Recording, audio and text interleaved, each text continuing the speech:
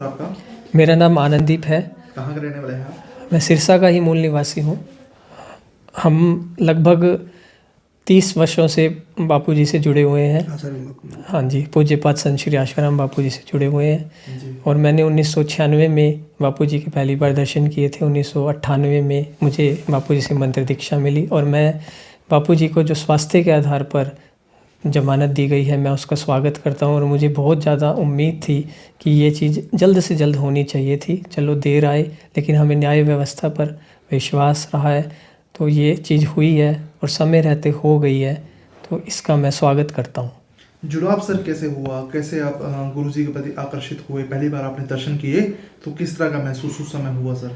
क्योंकि मुझे उस समय ये जानकारी नहीं थी, लेकिन जो उनका ऑरा थी, जो उनका आध्यात्मिक व्यक्तित्व है, उससे मैं इतना प्रभावित हुआ। और उसके बाद मैंने उनसे मंत्र दीक्षा ली, उन्हें गुरु के रूप में। उन्होंने, बल्कि मैं कहूँगा कि उन्होंने मुझे शिष्य के रूप में स्वीकार किया।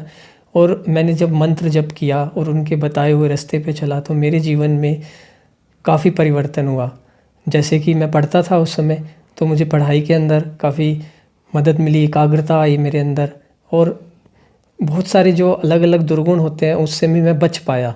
अभी मैं अध्यापक के तौर पे कार्य करता हूँ, तो मुझे लगता है कि मेरा जीवन गुरु जी की कृपा से काफ़ी अच्छी दिशा में जा रहा है और मैं देश के लिए, समाज के लिए और परिवार के लिए, सभी के लिए योगदान दे सकता हूँ। और मैं इसे देना भी चाहूँगा, जो कि मैं समझता हूँ कि गुरु जी के कारण ये चीज़ बड़ी आसानी से हो रही है और सहजता से हो रही है। और उनका जो सिद्धांत है, स्वस्थ जीवन, सुखी जीवन, सम्मानित जीवन, वो हमारा और समाज का हो रहा है। कभी मुलाकात भी हुई है आपकी गुरु जी से? जी, बापूजी से मेरी मुलाकात व्यासपीठ पे हुई है। और मैंने उनसे उनके दर्शन करने के लिए, जब मैं गुरु पूर्णिमा पे अहमदाबाद गया था, जो उनका मुख्य आश्रम है मोटेरा में, तो वहाँ पे जब मैं गया तो वहाँ पे मेरी बातचीत भी हुई थी। तो गुरु जी ने मुझे आशीर्वाद दिया था और उसके बाद से मेरे जीवन में और ज़्यादा निखार आया था, क्योंकि मैं उसमें पढ़ रहा था, तो उससे मुझे लाभ मिला। जैसे जैसे मैं उस चीज़ में आगे बढ़ता गया और उनके सिद्धांत पे चलता गया, जो कि उनका जो सिद्धांत ये है कि सबका मंगल सबका भला, तो वैसे ही मेरे विचार भी हुए, मेरे मन से भेद मिटा और मैं उस रास्ते पे ही अब चल रहा हूँ। कि सबसे पहले मैं जब विद्यार्थी था 1996 में, तो विद्यार्थी के रूप में मैं उनके दर्शन करने मुझे स्कूल की तरफ से ले जाया गया था। उसके बाद जब मुझे मंत्र दीक्षा मिली, जब मेरे माता पिता ने मुझे देखा कि ये इसका चरित्र अच्छा हो रहा है, ये माता पिता का कहना मानना आदि आदि जो हो सकता था, उन्होंने मुझे ऑब्ज़र्व किया, देखा। फिर उन्हें भी लगा कि नहीं, ये सही रास्ते जा रहा है और इसमें परिवर्तन आया है, तो वो भी इससे जुड़े और उन्होंने भी गुरु जी से मंत्र दीक्षा ली और उनके रास्ते पे वो चल रहे हैं। तो जहाँ तक मैं समझता हूँ कि मैं जैसे एक संस्कृत का अध्यापक हूँ, मैंने शास्त्रों का भी अध्ययन किया है। तो शास्त्रों में इस प्रकार जो ब्रह्मज्ञानी संत हैं, उनकी महिमा का वर्णन बहुत ज़्यादा बताया गया है। जैसे श्री योग वशिष्ठ महारामायण है, उसमें वशिष्ठ जी और रामचंद्र जी का जो संवाद है, उससे भी हमें गुरुओं की महिमा का पता लगता है। तो मैंने ये पाया कि वे एक ब्रह्मनिष्ठ संत हैं और वो ब्रह्म विद्या के आचार्य हैं। तो मेरी शुरू से उनसे मिलने के बाद और ज़्यादा ये रुचि हुई कि मैं ब्रह्म विद्या के आचार्य से ब्रह्म विद्या ज़रूर सीखूँगा।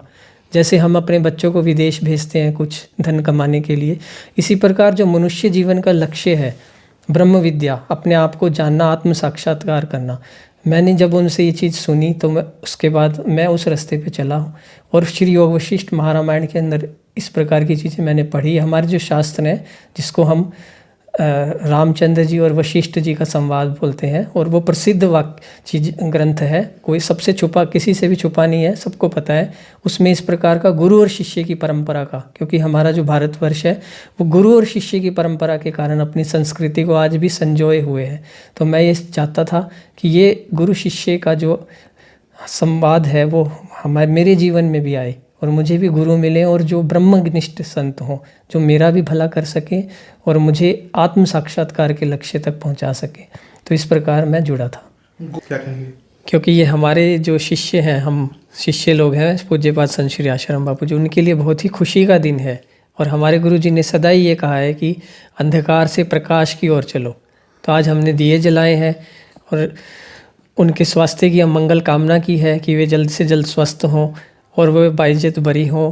न्याय व्यवस्था पे हमें पूरा विश्वास है।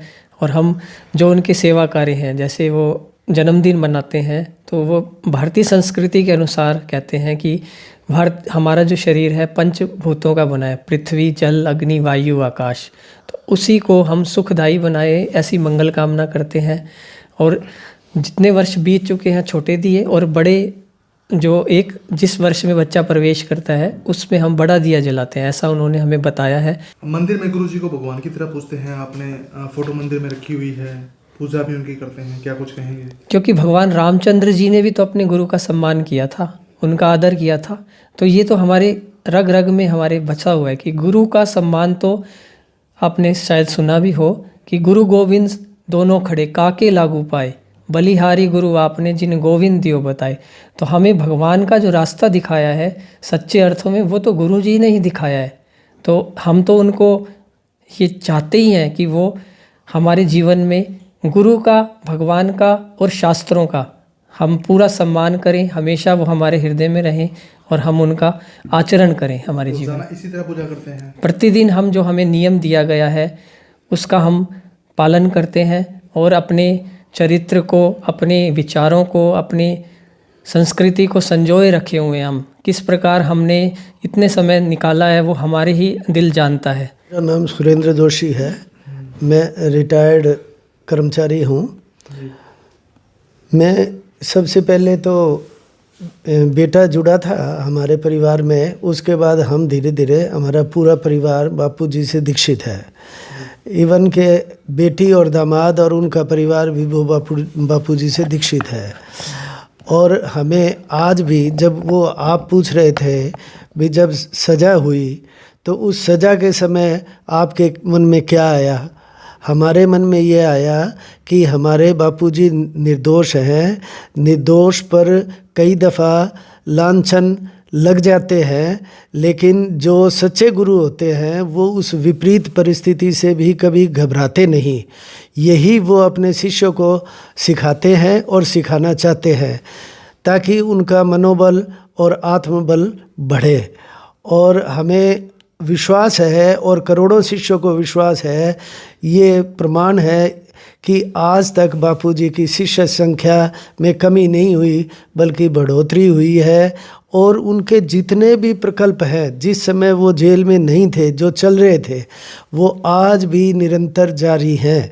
तो मैं तो सबसे पहले न्यायालय का, उच्चतम न्यायालय का आभारी हूँ कि उन्होंने न्याय किया है और आगे भी उनको निर्दोष वो साबित करके निर्दोष साबित होंगे और वो रिहा होंगे निर्दोष, ये पूर्ण विश्वास है। गुरुजी के बारे में कुछ बताना चाहेंगे? बस गुरुजी के बारे में तो मैं बहुत कुछ बताना चाहती हूँ, लेकिन अभी शब्द नहीं है मेरे पास कोई भी। बहुत अच्छे हैं वो। कितने सालों से आप जुड़े हुए हैं? मैं काफ़ी सालों से जुड़ी हुई हूँ। साथ में यहाँ ये आश्रम है, मैं सत्संग वगैरह में जाती हूँ और काफ़ी भजन वगैरह भी करती हूँ उनके गुरुजी के। सब ऐसे देख के जिसके भावुक होते हैं आप, गुरुजी आज बाहर आए हैं। हाँ, बहुत खुशी हुई मुझे, मतलब कि मैं बयान नहीं कर सकती उसका। आज जब भजन करते हैं तो गुरुजी की याद भी आती होगी? बहुत। तो कैसे फिर उसी याद को मेंटेन करके चलते हैं मैडम? बस वो बापूजी ने जो सिखाया हुआ है, धैर्य, इससे ज़्यादा तो क्या हो सकता है। सब्र रखा हुआ है। हाँ, सब्र रखा हुआ है हमने।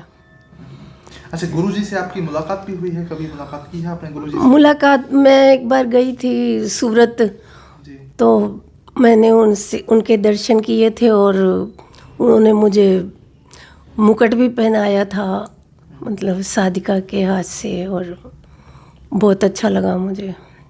तो गुरुजी का व्यक्तित्व किस तरह का रहा है, आप बताइए। आप तो बहुत अच्छा रहा उनका, तो वो मतलब सच्चाई है उनके पास और कुछ नहीं। जैसे भी जो भी कुछ है भी, उनके जो भी प्रवचन हम सुनते हैं उनसे हमें बहुत कुछ मिलता है।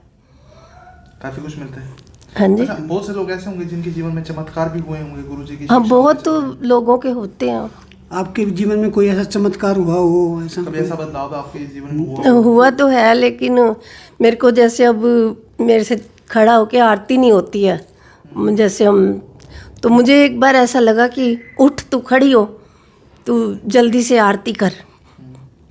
तो मैंने कहा पता नहीं, मेरे से उठा तो जाता नहीं, तो फिर मैं बैठी रही, मैं मतलब उठी नहीं, पता नहीं क्या हुआ मुझे। तो आपने आरती की फिर उठने के बाद गुरु जी? आरती बस थोड़ी सी की थी। मतलब उठने की पूरी कोशिश करी? हाँ, कोशिश की। गुरुजी के बाद ऐसी उठ? हाँ जी। मेरा नाम सुमन है और वैसे तो मैं बापूजी के जो सत्संग है वो बचपन से ही सुन रही हूँ, लेकिन जो मैंने मंत्र दीक्षा ली है वो अभी 1-2 साल पहले ली है।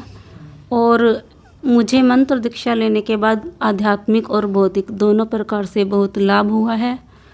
और बापूजी को जो बेल मिली है उसका बापूजी को अधिकार है, बहुत साल पहले से ही उनका ये अधिकार था। और आप जानते ही हैं बड़े बड़े अपराधियों को भी जमानत मिली है, लेकिन उनको इतना लेट मिला है। चलो कोई बात नहीं, हमारा न्यायालय पे विश्वास बढ़ा है इससे और हमें बहुत खुशी हो रही है। गुरुजी का ऐसे कोई पल, कोई बात बताना चाहें जो आपको भावुक भी कर देती हो और याद भी बड़ी आती हो गुरुजी की, उस बात को याद करके?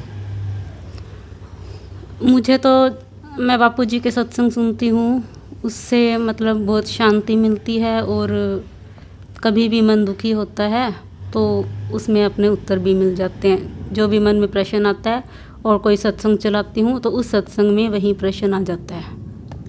मतलब सत्संग से सवालों के जवाब मिल जाते हैं? हाँ जी, जैसे मैं जिस प्रकार का प्रश्न मन में आता है, रैंडमली मैंने कोई सत्संग चलाया और उसी प्रश्न का उसमें उत्तर आ जाता है।